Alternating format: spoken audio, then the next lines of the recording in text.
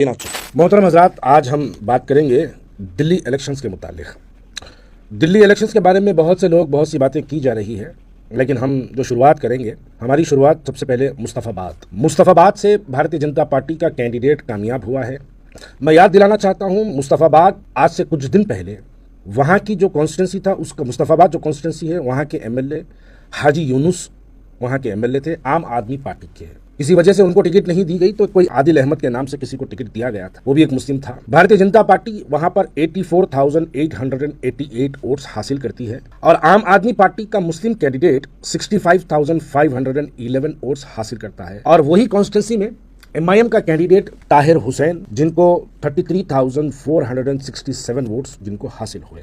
दूसरी कॉन्स्टिट्यूंसी जहां पर हमारी हैदराबाद की एमआईएम वहां पर इलेक्शन लड़ाई, वो उखला, वहाँ के भी सिटिंग एमएलए एक मुसलमान, किसी भी पार्टी के हो, मुसलमान थे, वो वहाँ पर इलेक्शन कॉन्टेस्ट कर रहे थे। उखला और मुस्तफ़ाबाद, तो दो ही सीटें लड़ाई है एमआईएम, जहाँ पर दो भी सिटिंग एमएलए आम आदमी पार्टी के जो रहे, उन्हीं को हराने के लिए हैदराबाद से एमआईएम वहाँ पर अपने दो कैंडिडेट डालती है, जिसके अंदर एक कॉन्स्टिट्यूंसी में कामयाब हो गए मुस्तफ़ाबाद में, दूसरी कॉन्स्टिट्यूंसी में नाकामयाब हुए।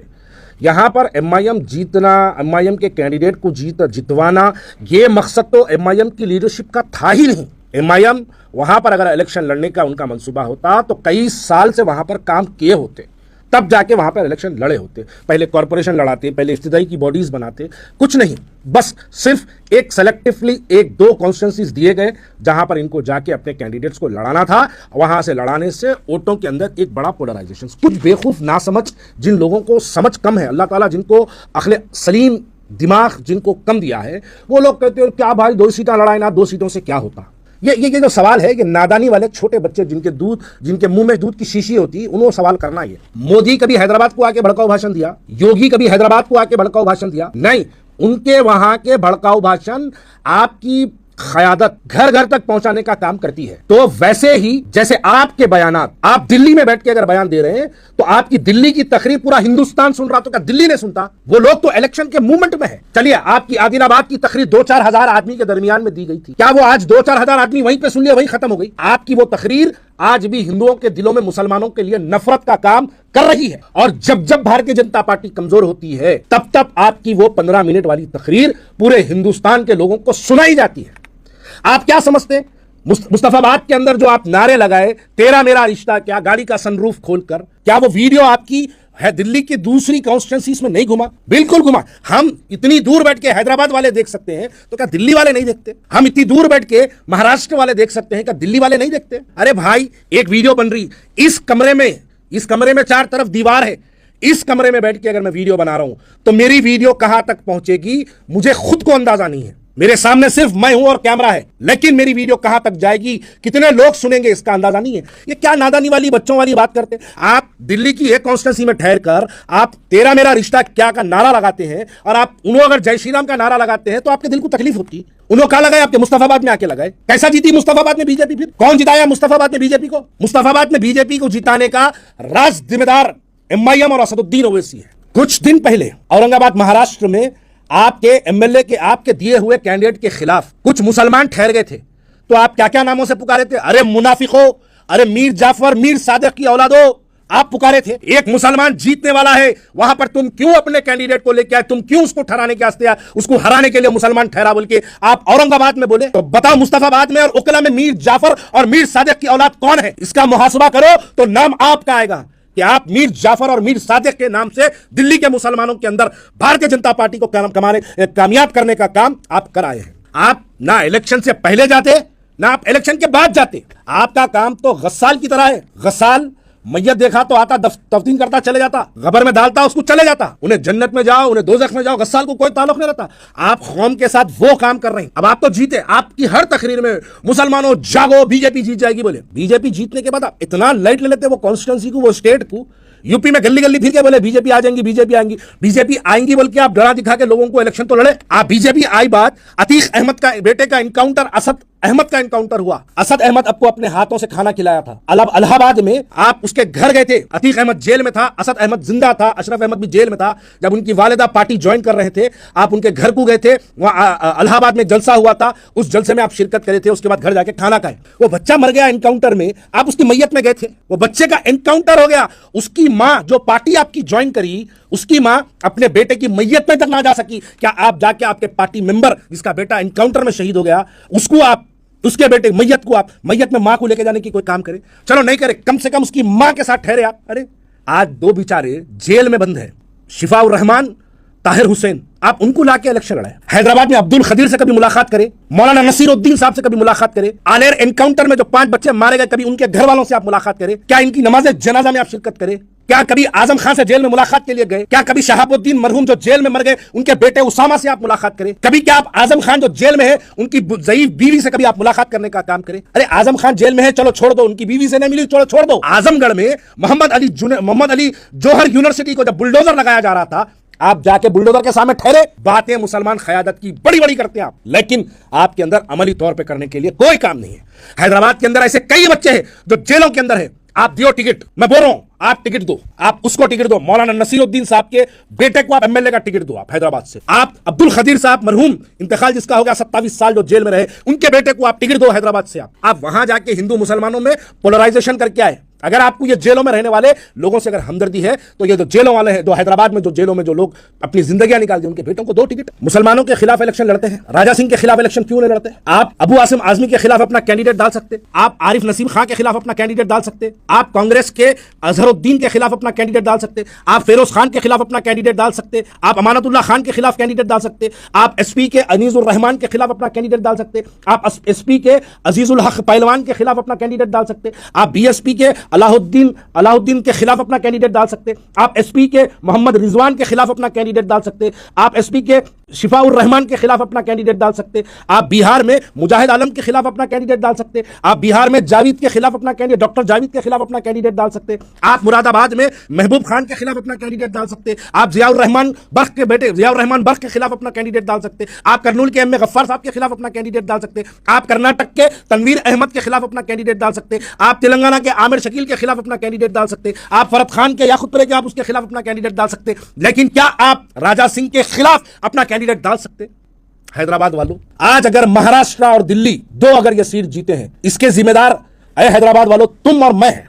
इसकी सबसे बड़ी वजह यह है कि हम ये बीजेपी के एजेंट्स को हैदराबाद से कामयाब करके भिजा रहे हैं, ये समझ के कामयाब कर रहे हैं, बीजेपी को रोकने का काम कर रहे हैं, लेकिन पूरे हिंदुस्तान में मुस्लिम क़यादत को खत्म करने का काम ये लोग कर रहे हैं। मुसलसल 2014 से असदुद्दीन ओवैसी साहब जब से भारतीय जनता पार्टी का दामन पकड़े हैं, तब से आप देखिए असदुद्दीन ओवैसी साहब के हर फैसले में अल्लाह ताला उनको हार और शिकस्त रखा।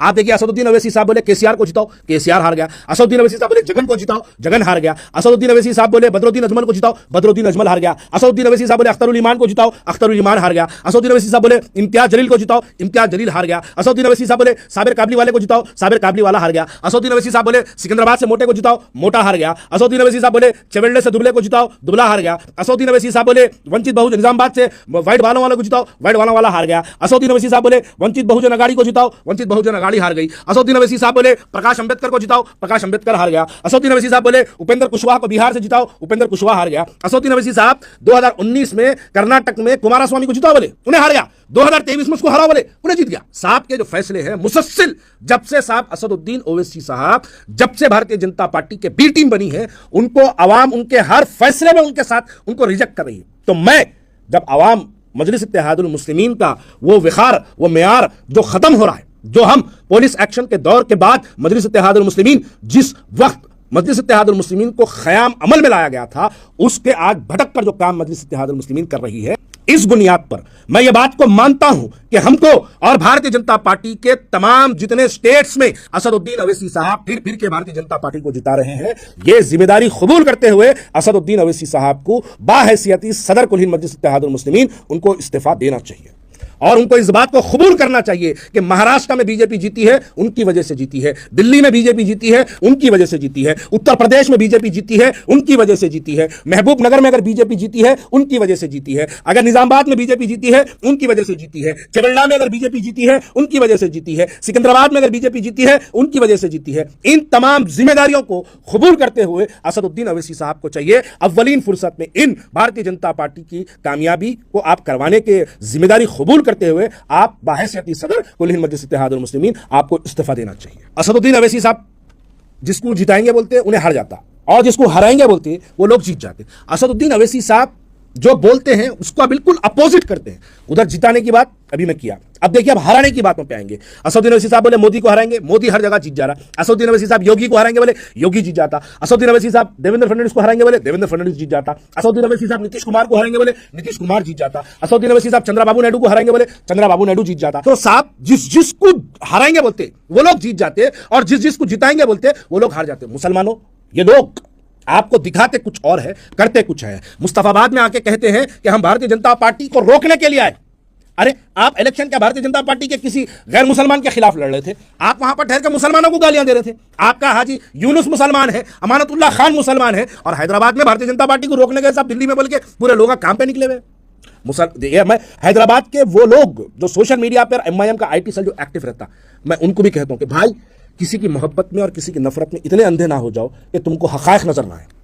अगर दिल्ली की मुस्तफाबाद की सीट के नताइज देखने के बाद भी अगर तुम ये बात को समझते हो नहीं नहीं नहीं साहब बहुत ईमानदारी से काम कर रहे हैं, तुम लोग अहमक हो, तुम लोग बेखुश हो, तुम लोग ये बात को नहीं समझ पा रहे कि ये ठेकेदारी इनको दी गई है। आप में एक सवाल जो हिंदुस्तान में बीजेपी के खिलाफ बोलता चाहे वो कोई भी हो, उसके खिलाफ में भारतीय जनता पार्टी अपने तमाम मिशनरीज, अपने पूरे डिपार्टमेंट, अपने पूरे एजेंसीज उसके पीछे नहीं लगाती।